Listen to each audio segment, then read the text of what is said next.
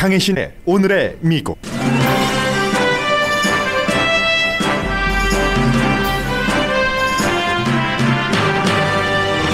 바이든 대통령이 국내외에서 여러 이슈로 도전받기 시작합니다.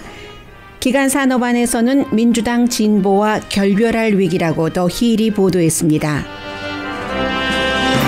이란에서 강성 대통령이 선출되자 미국은 대통령 취임식 전에 이란과 핵협상을 끝내길 원합니다. 북한과의 핵협상도 국가안보보좌관과 대북 특사가 적극적으로 나서고 있습니다. 미국은 중국을 의식해 대만에 250만 회분의 백신을 보냈습니다. 도쿄올림픽은 최대 10,000명까지 관중을 허용합니다. 이 도쿄올림픽에는 최초로 미국과 뉴질랜드의 성전환 선수들이 참가합니다. 연방대법원이 대학 스포츠 선수들에게 악기나 랩탑 등 제한 없는 지원을 하도록 판결했습니다. 노벨 경제학상 수상자인 컬럼니스트 폴 크루그먼은 주말에 인플레이션 우려는 없다고 주장했지만 투자가들은 여전히 인플레이션을 걱정합니다. 아메리칸 에어라인이 주말에 이어 오늘도 97편의 운항을 취소했습니다. 모든 항공사가 겪는 노동력 부족 때문입니다. 여러분 안녕하십니까? 오늘의 미국 강혜신입니다. 어제 Father's Day였는데 나름대로 다 Father's Day 자녀가 혹시 잊고 있었던 자녀도 있을 테고요. 지금은 어머니 아버지와 물론 Father's Day는 아버지에 대한 날입니다만 뭔가가 조금 불편한 관계가 있어서 연락을 못한 자녀도 성인 자녀의 경우 있을 수 있으나 2021년이 지구의 마지막 해는 아니니까요. 어제 즐겁게 지내셨기를 바라면서 오늘 뉴스는 미국의 국내의 문제 그리고 국제적인 문제, 이 국제적인 것은 북한과 러시아까지 이어지게 되는데 아주 라디오이기 때문에 세세히 전해드리지는 않겠습니다만은 지금 이렇게 흘러가고 있습니다. 미국이 국내적으로 국제적으로 하는 것을 먼저 전해드리겠습니다. 선거 시스템 바꾸기, 투표권, 동성애자 권리, 총기 규제 전부 지금 바이든 대통령 입장으로서는 쉽지 않은 어려운 문제가 됐습니다. 공화당과 민주당 양쪽 진영에서 서로 너무 반대되는 의견, 심지어는 어떤 이슈는 기간 산업 같은 경우는 민주당에서도 바이든 대통령과는 다른 뜻을 내놓고 있기 때문에 이게 이제 대통령이 줄달리기와 협상에서 어느 정도 국민을 위해서 빨리 뭔가가 더 분열되기 전에 이뤄내느냐 지도력을 보여주는 것이 되는데요. 지도력을 보여주기가 그다지 쉽지 않아 보입니다.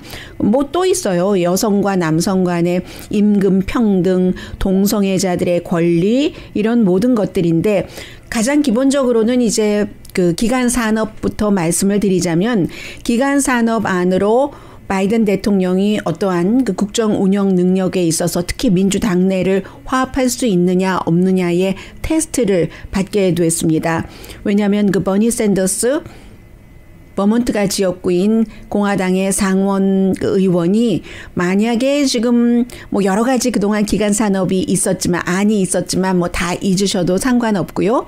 가장 최근에는 21명의 공화당 민주당 의원들이 초당적으로 거의 1조 달러 정도 되는 그 같은 예산안으로 지금 기간 산업을 내놓기 위해서 여러 가지를 마련하고 있는데 그럼 돈을 어디서 마련하느냐? 공화당과 민주당이 합쳐서 초당적인 합의안을 지금 만들고 있는 중이기 때문에 공화당이 세금 올리는 것을 싫어하니까 그러면은 민주당 측에서 가솔린 세금이라든가 그 밖에 이제 자동차, 전기 자동차에 관한 어떠한 피가 될지는 다음 주에 자세한 내용이 나오겠습니다만은 전기 자동차에 대한 피 그리고 가솔린 세금 이런 것을 민주당이 이제 그럼 그렇게 하자라고까지 가는데 이 초당적인 합의안에 서로 그 협상을 하고 있는 의원들은요.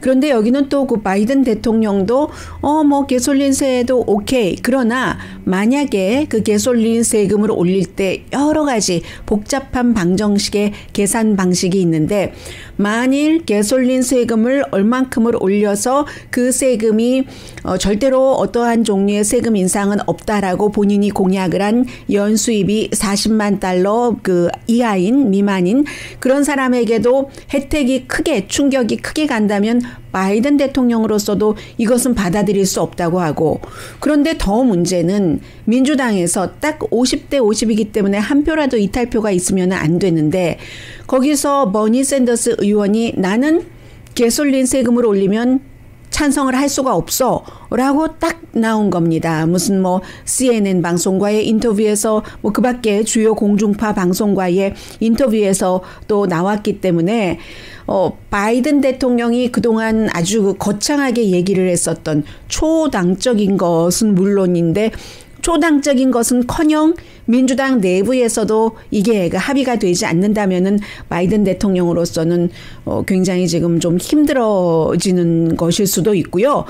진보에서는 민주당의 진보에서는 바이든 대통령에게 초당은 무슨 초당 상대가 준비가 돼 있을 때 서로 양보하면서 하는 것이지 그냥 버려라 포기해라 그만큼 했으면 됐으니까 그저 이제 민주당 표만으로 가야지 괜히 그러다가 그 버니 샌더스 표도 잃어버리고 버니 샌더스뿐만이 아니라 엘리자베스 워렌 의원 또 한 사람은 뭐 지금 이제 재선됐습니다만 알렉산드리아 오카시오 콜테스 민주당에서는 이 세 사람이 가장 왼쪽에 있는 진보적인 사람들이잖아요. 이런 사람들은 뭐 그 되지도 않는 것을 뭘 협상하면서 시간 낭비하느냐 그냥 밀어붙이자라고 얘기를 하고 있고 민주당에서도 온건한 사람들은 아예 그래도 할 때까지 해야지 된다. 바이든 대통령이 지금 하고 있는 것이기도 하고요. 그래서 말씀드린 것처럼 다음 주에 이 기간 산업안이 구체적으로 나오기 때문에 지금도 텔레비전에 이 버니 샌더스 의원이 얘기를 하고 있는데요. In this proposal, which their bipartisan proposal like ours is still in flux, they're talking, some people at least are talking about raising the gas tax or a fee on electric cars or maybe privatization of infrastructure. Those, to my mind, are bad ideas. 네, 배드 아이디어라고 얘기를 하죠.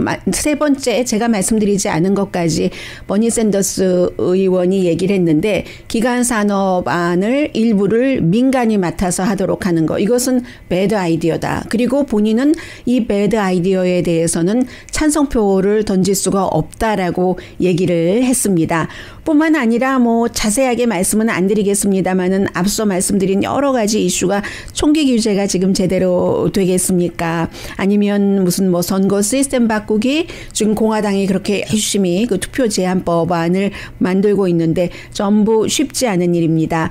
그렇기 때문에 그 칼 로브 지금은 월스트리트저널에 글을 쓰고 그리고 팍스 텔레비전에서 커멘테이터로 활동을 하고 있는 아들 부시 대통령을 만든 아들 부시 대통령 설계사로 불리는 칼 로브가 얘기하기를 기간 산업이나 뭐 이런 여러 가지 이슈에 있어서 두 갈래 길밖에 없다. 하나는 공화당이 어떠한 협상을 하려고 해도 충분하게 지지해 주지 않는 것.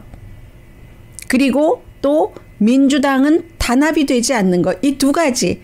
별로 바이든 대통령에게는 쉬워 보이지 않는 그런 그 길입니다.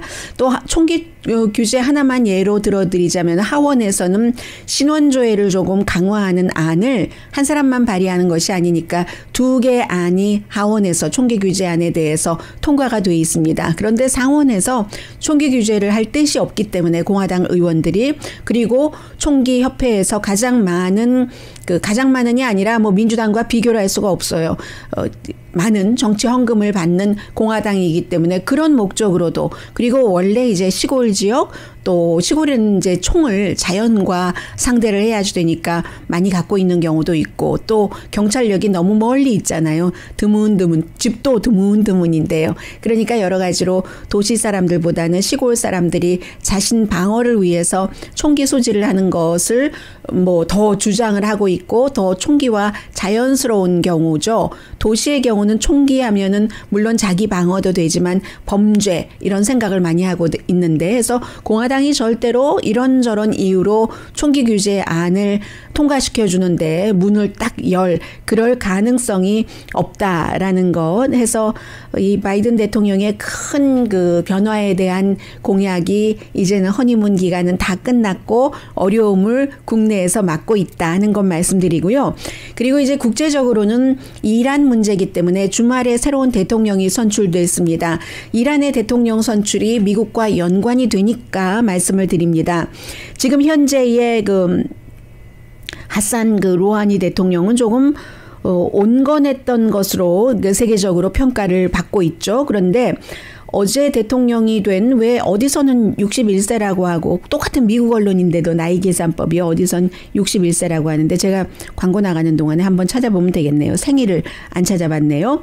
이브라힘 라이시라는 60세, 61세니까 그야말로 이제 어느 정도 완숙된 사람인데 굉장히 이 그 로하니 현 대통령보다는 강성입니다. 미국에 대해서도 강성이고요. 우선 처음에 한 말이 나는 바이든 대통령 만날 뜻 없어. 이렇게 얘기를 했는데 이 사람이 이제 현재 그 말하자면 뭐 대법원장 같은 것이고 20대부터 검사를 했었던 사람입니다. 그리고 이제 이란이 이라크와 전쟁을 했었던 적도 있고 내부의 혁명 이런 것들이 있고 할 때 70년대, 80년대에 사람들을 굉장히 많이 가둔 뭐 수천 명과 연관이 된 그런 사람이거든요.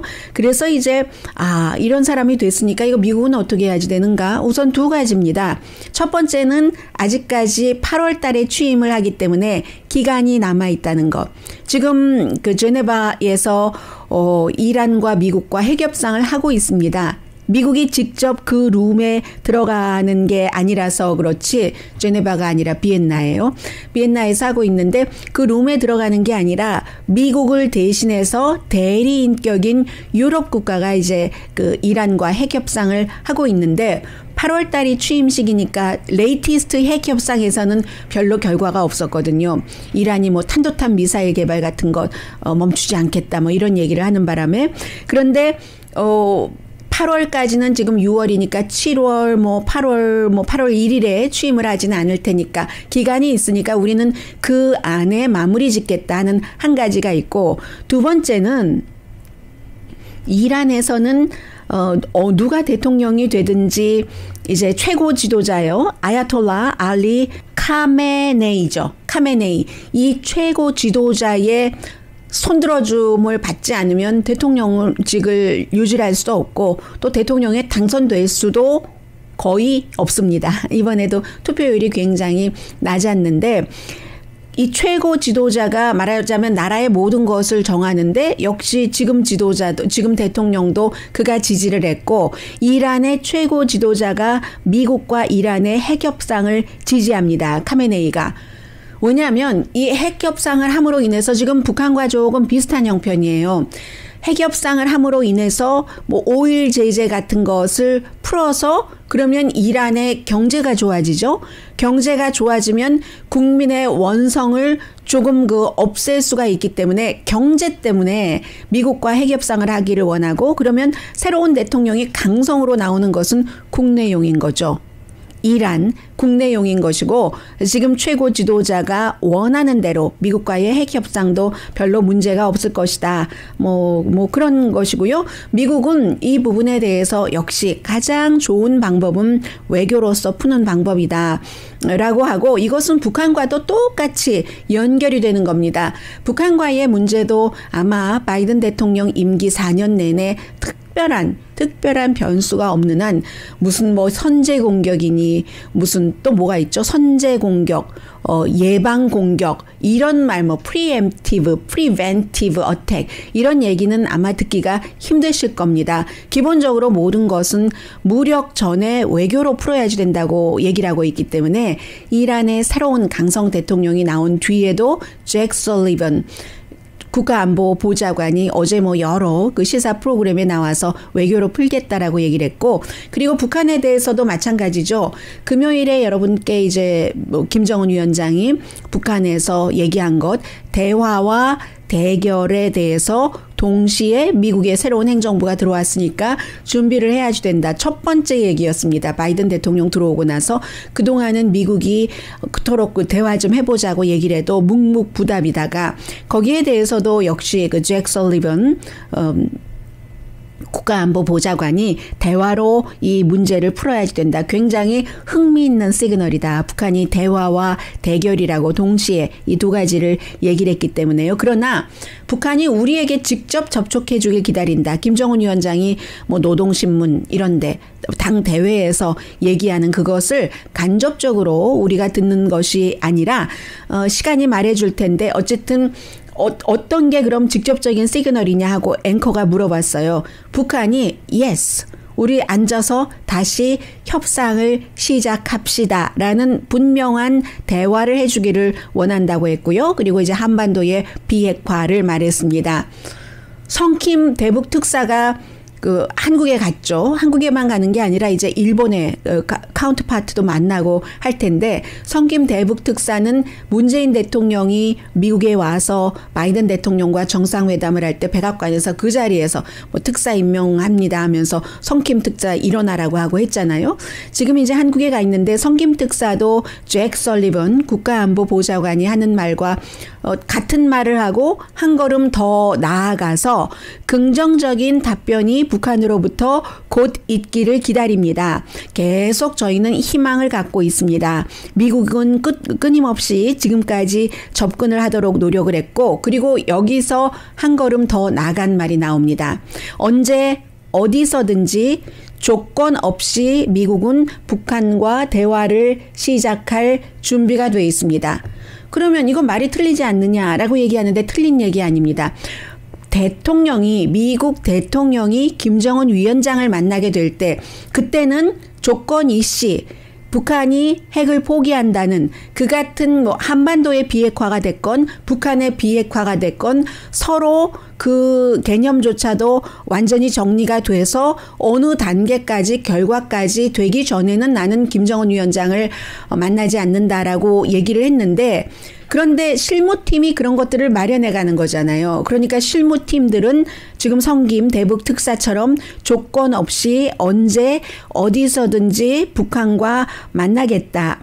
우리도 북한과 마찬가지로 대화와 대결이라고 얘기를 했어요. 두 가지를 다 준비할 것이다 하면서 지금은 평양의 반응이 중요하다 라고 얘기를 하면서, 그러면서도 미국은 유엔 안전보장 이사회의 결의안은 계속 밀고 나가죠. 북한의 핵무기 프로그램 하는 것을 중지하는 것 마찬가지죠. 그래서 북한은 답변을 지금 해야지 되는 타임인데 모든 나라들이 외교를 할 때 전부 자신들의 국가가 이기기 위해서 외교를 합니다.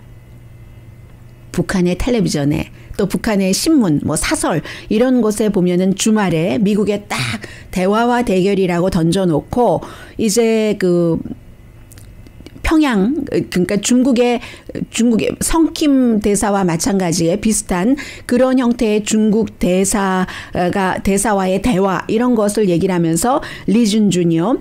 새로운 포인트다. 우리는 중국과 대화와 협력을 강화하기로 했다. 미국과는 대화와 대결이라고 했는데 중국과는 대화와 협력이라고 얘기를 했습니다. 그러니까 미국에 봐라.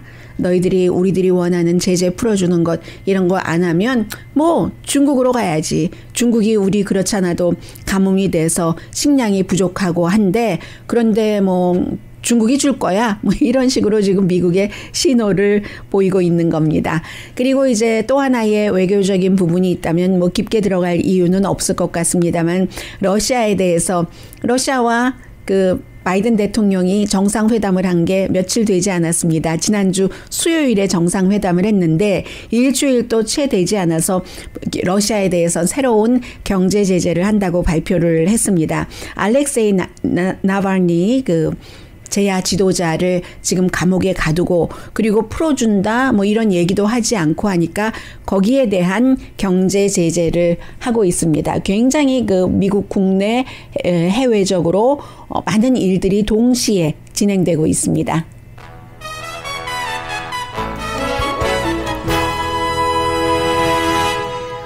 잠시 뒤에는 여전히 백신으로 외교를 펼쳐가는 미국도 있고 백신 문제는 미국 사람들도 여전히 걱정할 만한 이슈이기도 하고요. 백신과 또 코로나 바이러스와 도쿄 올림픽 또 도쿄 올림픽은 백신을 넘어서 또 다른 새로운 장이 되고 있기도 합니다. 잠시 뒤에 전해드립니다.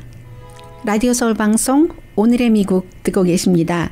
네, 미국도 지금 어느 나라나 다 마찬가지죠. 인도의 델타 변이를 가장 많이 걱정을 하고 있습니다. 캘리포니아주도 이제 주말에 좀 다녀보니까 소매 스토어에 들어가 보면은 직원은 마스크를 쓰고 있고 손님에 대해서는 마스크를 써라, 쓰지 말아라 이런 얘기를 안 하던데요. 저는 어떻게 했을까요? 썼을까요? 쓰지 않았을까요? 그리고 또 하나 이 코로나 바이러스에 대해서는 이제 새로운 책이 많이 나오고 있는데 트럼프 전 대통령에 대해서는 아직 끝난 게 아닙니다. 해서 새 책 워싱턴 포스트의 저널리스트들이 쓴 책인데 트럼프 대통령이 제목이 길어요. 근데 책 제목 여러분들께 말씀드릴 필요도 없을 것 같고요. 굉장히 나이트메어 시나리오가 큰 제목이군요. 악몽과 같은 시나리오라고 얘기를 해서 이 코로나 바이러스 사태에 대해서 이제 말기가 아니고 초기였겠죠.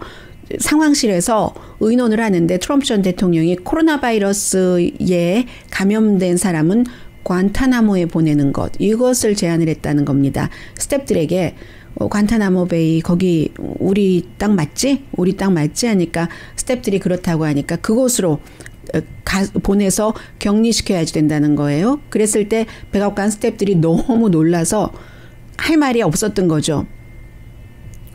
외국의 전투사들이 포로로 잡힌 사람들이 수감돼 있는 곳이 이제 관타나모 그쪽이잖아요. 그래서 이제 그렇게 생각을 했는데 그 다음에도 대통령이 또 그 얘기를 꺼냈다는 겁니다. 그래서 스태프들이 이번에는 아무리 트럼프 전 대통령이 강하더라도 강력하게 반대를 했었다라고 얘기를 하는 그런 내용들 180명 정도를 인터뷰를 해서 쓴 책에 나오는 거랍니다. 물론 이 하나의 이슈를 가지고 180명을 인터뷰했다는 것은 아니고요. 하면서 대통령이 이제 관타나모 베이로 보내지라고 얘기할 때 우리는 상품은 수입하지만 바이러스를 수입하지는 않을 것이다. 이런 얘기 등등도 했다고 하고 그리고 이 트럼프 전 대통령과 여러 가지로 닮은 꼴인 코로나 바이러스 대처에 대해서도 닮은 꼴인 브라질이 지금 사망자가 50만 명이 됐습니다. 그런데 브라질의 사망자는 미국도 이제 60만 명 공식적으로 넘겼는데 50만 명 훨씬 이상일 것이다. 브라질 같은 나라에서 지금 대통령이 코로나 바이러스를 대처하는 여러 가지를 볼 때 훨씬 많을 것이다. 인도도 많을 것이라고도 얘기를 하고 있잖아요. 해서 인도도 지금 60만 명인데 어쩌면 420만 명 이상이 숨졌을 수도 있어 하는 것이고 브라질 대통령도 선거가 머지 않았습니다만 사람들이 탄핵한다고 청원서 받고 하잖아요. 코로나 바이러스 때문에 그게 더 심각한 거죠. 코로나 바이러스 때 감기다 아무것도 아니다. 마스크 쓰면은 안 된다고 하고 마스크를 쓰도록 하는 사람을 벌 주고 그러니까 브라질에 무슨 중요한 직책에 있었던 사람 심지어 보건복지부 장관 같은 사람도 사임하고 본인 말 잘 듣는 사람 거기에 가져다 놓고 그러니까 바이러스는 더 퍼지고 하는 악순환이 계속되는 거죠.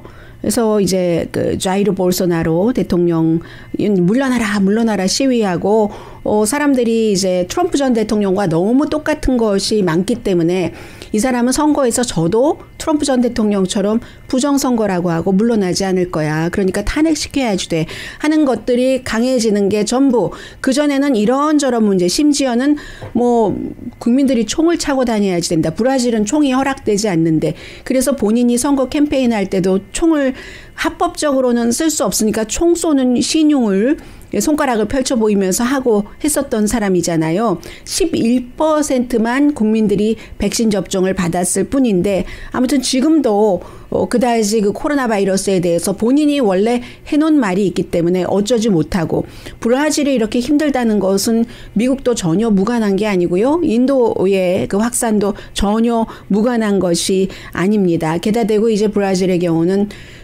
최악의 지금 가뭄이 일어났기 때문에 91년 만에 최악의 가뭄이랍니다.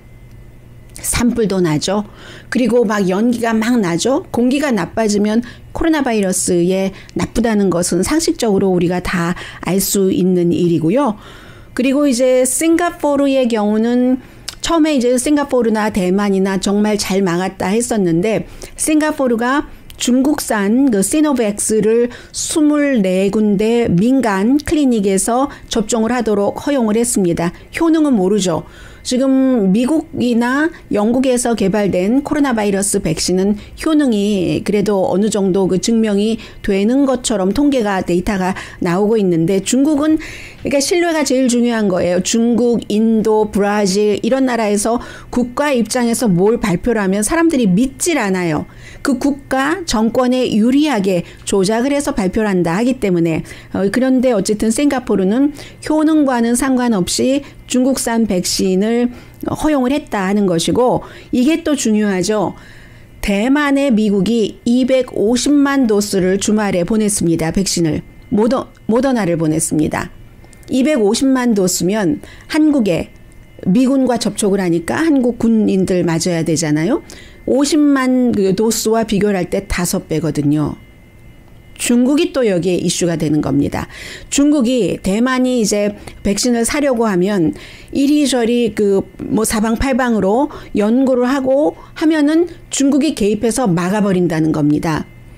왜 전에 이 코로나 바이러스 처음 나왔을 때 그런 일이 있었잖아요. 독일과 프랑스가 미국이 우리가 다 계약해 놓은 마스크를 어디 와서 막 완전히 훔쳐가듯이 범죄 조직들이 그러듯이 강탈해 가고 우리와 먼저 계약을 했는데 미국이 웃돈 주고 계약하고 한다고 해서 완전히 무슨 시장통에 그냥 그런 판국이 있죠. 그렇게 됐었던 것이었잖아요. 지금 백신에 있어서 대만이 백신을 수입하려고 하면은 그걸 중국이 탁탁 막으면서 뭐 예를 들어서 대만에 수출하려고 했던 국가에 더 좋은 다른 무역 조건을 준다든가 상상을 해볼 수 있는 일이잖아요. 그리고 이제 대만에 기부하겠다고 하면 또 그것을 어떤 형태로든 막고 하고 하니까 미국이 250만 도스면 많이 주는 겁니다. 대만 인구나 또 다른 나라에 지원했었던 것을 볼 때 이것도 역시 중국 문제다. 특히 이제 독일의 바이오엔텍에서 사려고 했다고 하거든요. 바이오엔텍과 파이자가 같이 만들었었잖아요. 그걸 중국이 완전히 개입해서 막으려고 했었다는 거고요. 도쿄올림픽은 이제는 개최되는 게 뭐 당연한 사실이긴 한데, 일본에 살면서 일본 사람들 거리두기 하고 마스크 쓰고 그리고 경기 도중에 소리 지르지 않는다 뭐 이런 약속을 한 사람들은 경기장에 관람을 할 수가 있어요. 한 게임당 10,000명 최대 인원, 아니면 그 경기장이 수용할 수 있는 인원의 최대 50%까지 허용을 하는데, 글쎄요 막 보면서 좋은데 소리 안 내고 할 수 있을지는, 그것은 본성을, 그 기쁨의 본성을 어떻게 제어할지는 모르겠습니다만은 7월 16일에 시작을 합니다. 하루에 지금 일본에서 1,400명 감염자가 나옵니다. 도쿄 같은 경우 올림픽이 치러지는 안전하려면 하루에 100명 이하 감염자가 나와야지 된다고 하거든요. 그런데 최근에 한 300명 이상 나오는 것 같고, 16%가 백신 접종을 받았습니다. 376명이네요. 지난주에 이제 평균 한 370명 정도는 나왔습니다. 그리고 여기서 세계적으로 이것은 이슈다 해서 전해드리겠는데, 뉴질랜드 선수와 미국 선수가 도쿄 올림픽에 역사상 성전환한 선수로서는 처음 출전합니다. 두 사람 다 그 여자로, 남자에서 여자로 성전환을 한 선수거든요. 뉴질랜드 선수는 로렐 후바르드라는 선수인데 여자 역도팀에, 이제 이것은 미국 내에서의 학교에서의 어떤 성전환자 학생들의 뭐 체육부, 운동 스포츠팀 가입 이런 것도 앞으로 이렇게 가겠구나 하는 것을 보여주는 겁니다. 여자 역도팀에 공개적으로 성전환자된 뭐 역도팀 뭐 몇 명 안 되겠죠? 그것도 이제 무게가 있는데 완전히 무거운 헤비웨이트 팀 뭐 이런 팀에 속해 있고요. 그리고 미국에서는 첫 번째 성전환 선수인데 팀 USA에 나오는 선수가 있는데 이 선수 이름을 첼시네요. 성전환한 사람이 우리가 잘 알고 있는 사람 이름 두 사람이 첼시네요. 한 사람은 뭐 여러 가지 국가 정보도 누출하고 했었던 군 출신의 첼시 매닝이 있고 이번에도 그 첼시 울프인데 이 선수는 팀 USA에서 그 자전거 그 모토크로스요. BMX 프리스타일 팀인데 대기 선수이긴 합니다. 이 선수는 그렇게 해서 이제 최초로 뉴질랜드와 미국에서 국가대표 선수팀으로 성전환을 한 남자에서 여자로 이 로렐 후바르드라는 뉴질랜드 선수는 역도 선수인데 나이가 43살이네요. 가장 완숙한 때가 이때쯤 되나요? 5명 키위 역도입니다. 역도팀 선수로 여성 슈퍼웨이트 팀에 가담을 하게 됩니다. 뭐 좋건 싫건 이제 이런 이슈들을 세상이 변하면서 뭐 일어나고 있는 그런 현상입니다.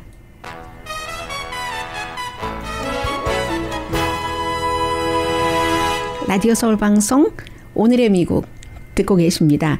네, 지금 뭐 인플레이션이다 아니다 이 얘기는 계속 끝없이 공방이 이어지고 있습니다. 폴 크루그먼 교수가 뉴욕타임스 칼럼니스트 노벨 경제학상 수상자가 이 인플레이션이 일어날 것이야. 인플레이션을 어떻게 해야지 되지? 이 같은 그 두려움, 패닉 상태 있죠. 그 패닉 상태는 이미 나타나고 있는 현상으로 볼 때 끝이다. 그럴 일 없다라고 얘기를 하고 있는데 변동이 심한 물가 같은 것, 인플레이션에 대한 관성, 이 관계를 볼 때 5월 달에 피크였고 그리고 이제 뭐 예를 들어 목재값도 내려가기 시작하고 있잖아요. 그런 것들을 얘기를 하고 있습니다. 그리고 걱정하는 사람들은 뭐 경기 부양책 체크 주고 이로 인한 뭐 경기 과열 이런 것을 굉장히 지적을 많이 하고 있지만 미국 중앙은행이 그 인플레이션이 국가의 경제에 위험이 된다는 것을 알고 있는 조직이고 그리고 필요하다면 필요한 조치를 취할 것이다. 이 얘기도 했습니다. 그런데도 투자가들은 걱정을 하죠. 수요와 공급이 지금 안 맞고 있는 여러 가지 조금 봐야지 알 수 있는 시기 같아요. 지금은. 해서 투자가들이 제일 많이 걱정을 했었던 것은 새로운 대통령이 있었고 그리고 경기 부양책, 백신 또 경기 성장률이 어떻게 될까 하는데 새로운 대통령 뭐 비교적 부드럽게 큰 무리 없이 잘 하는 것 같고 예상했었던 것보다도 그리고 경기 부양책도 뭐 제대로 돼서 집행이 되고 있고 백신 접종이 조금 문제예요. 뭐 50%는 넘겼다고 하지만 적어도 한 번 이상 백신 접종을 받은 사람이 그 이후에 늘지 않는 겁니다. 그러면서 마음은 조금 느슨해지고 그게 조금 문제고 변이 바이러스와 연관이 돼서 리오프닝으로 사람들이 경제 활동이 굉장히 활발해지고 있는데 지금 걱정이 수요와 공급이 언제까지 이렇게 균형이 맞지 않을 것인가. 지금 1년 동안 쇼핑을 못 하셨던 분들이 쇼핑을 너무 많이 하시고 생활 패턴이 무척 달라졌습니다. 예를 들어 재택근무 하나만 보더라도 의복뿐만이 아니라 의료뿐만이 아니라 뭐 여러 가지 내가 집에서 잘 일을 하니까 좀 조명을 해야지 되겠어. 아우, 책상이 그동안 불편했는데 의자도 집에서 일하니까 무슨 아움체어 같은 것을 해놓고 카구나 마사지 체어 같은 거 사놓고 중간중간 내가 아주 화려하게 일을 할 거야. 이런 형태가 되고 있기 때문에 수요와 그 공급이 맞지 않는다라고 지적하시는 분들이 많고 어느 정도까지 가면은 괜찮다라고 얘기하시는 그런 분들이 있는데 문제는 이제 마켓의 경우는 지난주 보니까 내려갔잖아요. 올해 중반기 이후에는 마켓이 좀 빠질 것이다. 뭐 심지어 8%까지 빠질 것이다라고 전망하는 사람들도 있는데 이것도 가봐야지 됩니다. 왜냐하면 항상 그 변수라는 것이 있기 때문에 알 수 없는 것이고 올해 말에 뭐 아주 자신 있게 S&P 500가 4,800 정도는 빠질 것입니다. 이렇게 얘기하고 있는 사람도 있지만 그렇게 될 경우는 이제 많이 빠진다면 주식시장이 그러면 그런 것까지 감당할 정도는 아니다라고 보고 있는 것 같고 그러나 지난 1년, 2년, 3년 사이에 올라갔던 그 주식시장의 그 비율이 굉장히 그 높기 때문에요. 가장 중요한 문제는 노동력 부족이죠. 지금 일선에서 일하는 사람으로서는 이 노동력 부족도 결국은 수요와 공급이잖아요. 아메리칸 에어라인이 주말에 거의 300편을 취항을 취소를 했고 오늘도 거의 100편을 취소를 했고 6월 말까지 뭐 얼만큼을 더 한다고 하던가요. 7월 말까지 6월 내내 한 60편 정도 예약 스케줄 취소하고 그 7월 달에도 한 50편에서 80편 정도를 취소를 하는데 이게 전부 일할 사람이 없어서 그렇습니다.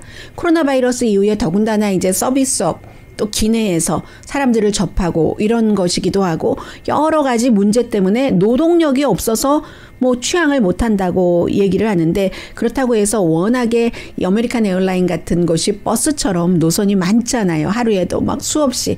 그래서 굉장히 뭐 몇십 % 이렇게 차지하는 것은 아닙니다만 그만큼 어쨌든 뭐 캐더링이라든가 또 이제 그 휠체어 뭐 이렇게 다루는 오퍼레이션 그쪽 분야에도 사람이 없다고 하거든요. 그래서 이제 취소를 한다. 뭐 리부킹은 전부 요즘은 앱을 통해서 많이 하고 계시고요.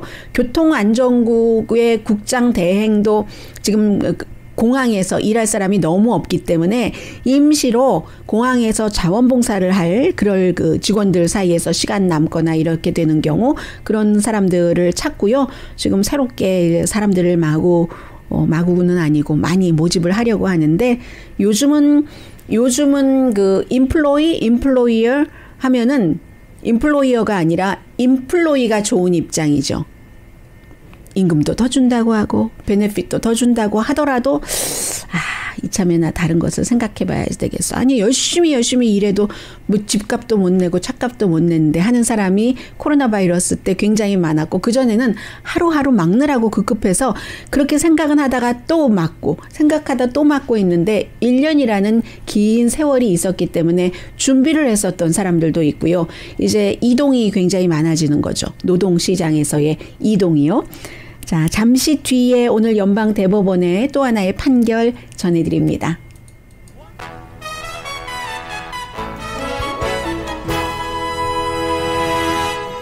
라디오 서울 방송 오늘의 미국 듣고 계십니다.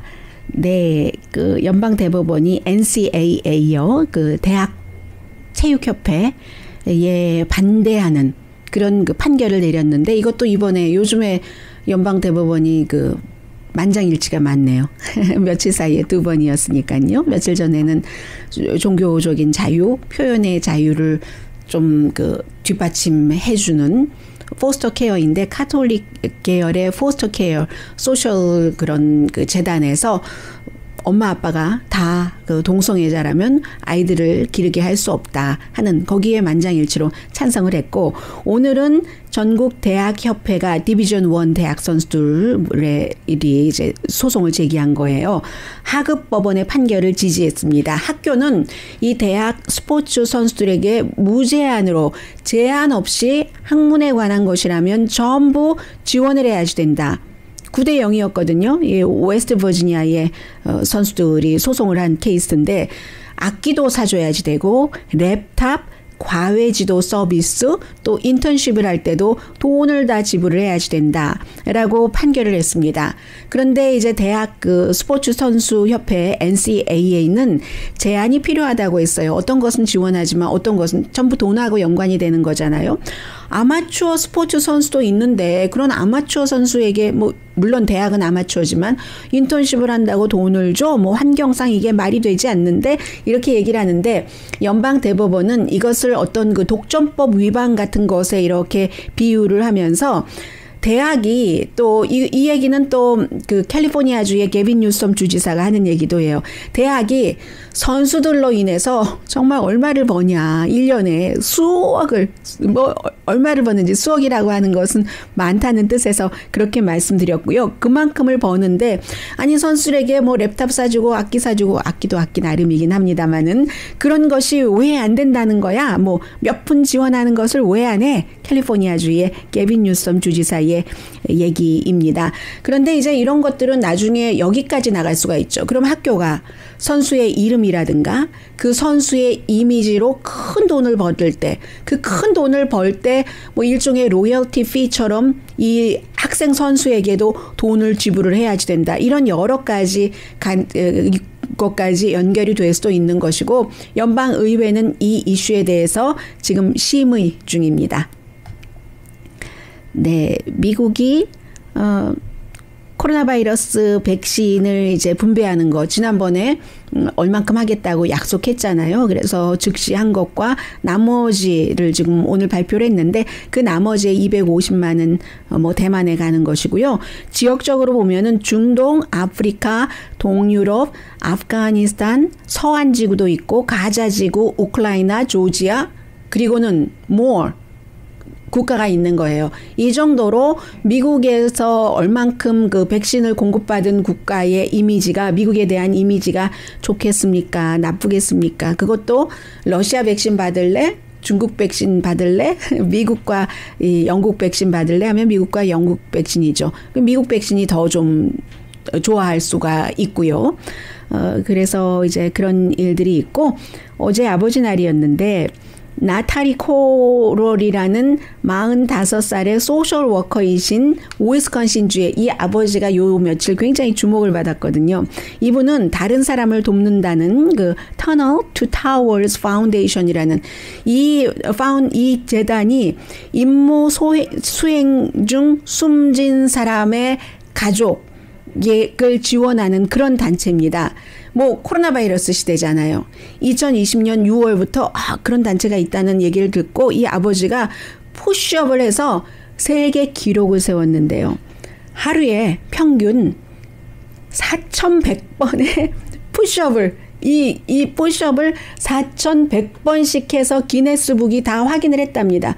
왜냐하면 요즘은 유튜브기 때문에 교회에서도 시간이 나면은 집에서도 본인 직장에서도 막 할 수 있는 데서는 다 했기 때문에 뭐 잔디밭에서도 잔디 깎다가도 하고 그래서 좋은 일 하면서 푸시업 세계 기록을 세웠다는 얘기 있고요. 제프 베조스가 이제 7월 20일에 우주로 가잖아요. 본인 회사가 개발한 우주선을 타고 사람들이요. 저 사람 여러 가지 그동안 지구에서 한 행실을 보면 마음에 안 들어. 그냥 오지 말라고 해. 거기서 살라고 해. 하는 청원서를 굉장히 많이 받고 있답니다. 강혜신이었습니다.